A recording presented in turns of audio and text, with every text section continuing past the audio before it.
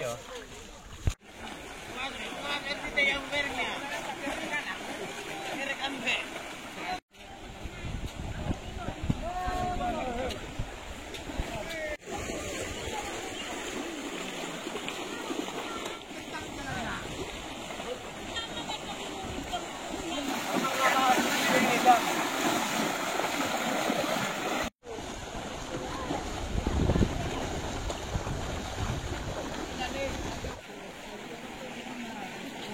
Bang, ini petani dalam rangka apa ini Bang gotong royong? Gotong royong apalah perairan di sawah persawahan.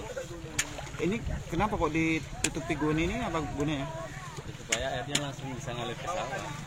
Ke sawah. Ini kenapa jebol tanggul ya? Ya jebol sebelumnya memang. Jebol.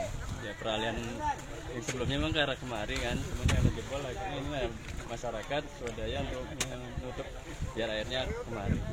Biar bisa masuk ke irigasi Bang. Iya. Harapannya Bang kepada pemerintah kan? Ya harapan pemerintah ya supaya memperhatikan petani ini kan ya sesuai dengan program Pak Presiden swasembada pangan biar berkelanjutan petani ini ya air bisa gimana Pak. Jelajahi cara baru mendapatkan informasi. Download Metro TV Extend sekarang.